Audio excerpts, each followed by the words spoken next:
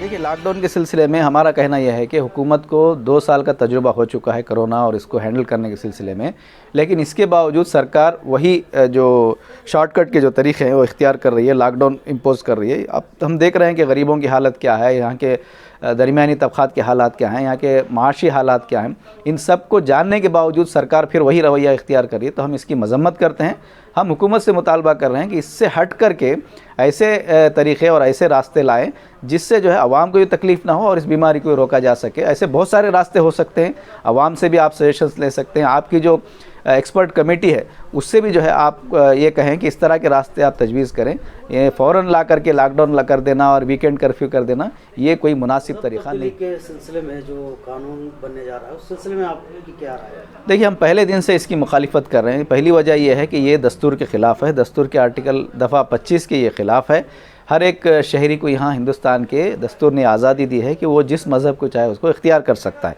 यहाँ रियासती हुकूमत ये कह रही है कि यहाँ ज़बरदस्ती मज़हब तब्दील करवाया जा रहा है, जबकि हुकूमत आज तक साबित नहीं कर सकी कि कहीं ज़बरदस्ती मज़हब तब्दील करवाया गया है, बल्कि हुकूमत इस क़ानून के ज़रिए से माइनॉरिटीज़ को, यहाँ की जो अक़लियत हैं, उनको डराने धमकाने की कोशिश कर रही है। अब हम देख रहे हैं कि अक़लियती जो इदारे हैं, मस्जिदें हैं, मंदिर हैं और चर्च हैं, इन सब को जो है हमला करने की कोशिश हो रही है। तो इसको रोकने के बजाय सरकार इस तरह का क़ानून लाने की जो कोशिश कर रही है, ये बिल्कुल काबिल मज़म्मत है और इसको चोर दरवाज़े से जो है नाफिज़ करने, जो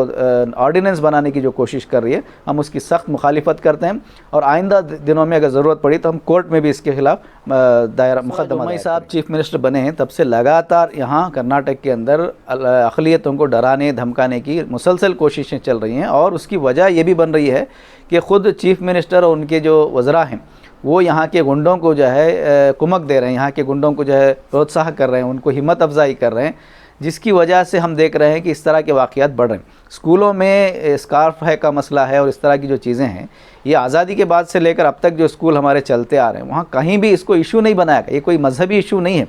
कि जिसके जो ड्रेस कोड है उसके हिसाब से वो आ रहे थे और कोई मसला नहीं बना था। आज अचानक जो है इसको मसला बना करके अक़लियतों को डराने की कोशिश की जा रही है। हुकूमत अगर चाहे तो ये जो स्कूल के जो ज़िम्मेदारान हैं उनको ये कह सकती है कि जैसे चलता हुआ आ रहा था उसको चलने दें।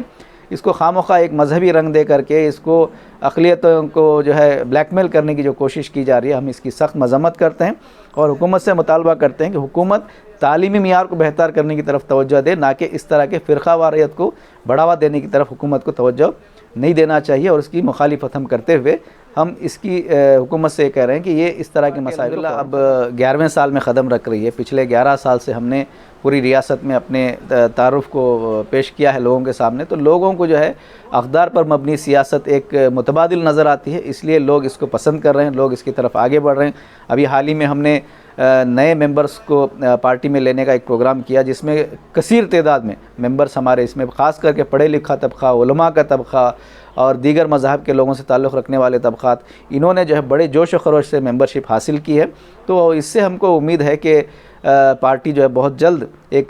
सही मुतबादिल के तौर पर हमारी रियासत में आगे आएगी। अभी हाल ही में जो इलेक्शन हुए हैं पंचायत के और म्यूनसिपाल्टी के, उसमें जहां पार्टी का हमारा नज़म कायम है वहां पर हमने 5 जगहों पर अपने उम्मीदवारों को उतारा था, जिसमें 4 जगहों पर हमको जीत तो हासिल नहीं हुई लेकिन अच्छे खासे वोट मिले हैं। एक जगह हमने एक कैंडिडेट की तायद की थी, वो हमारे जीते हैं। अभी आज जो है वो हमारे पार्टी के अंदर ऑफिशियली वो शामिल भी हो रहे हैं।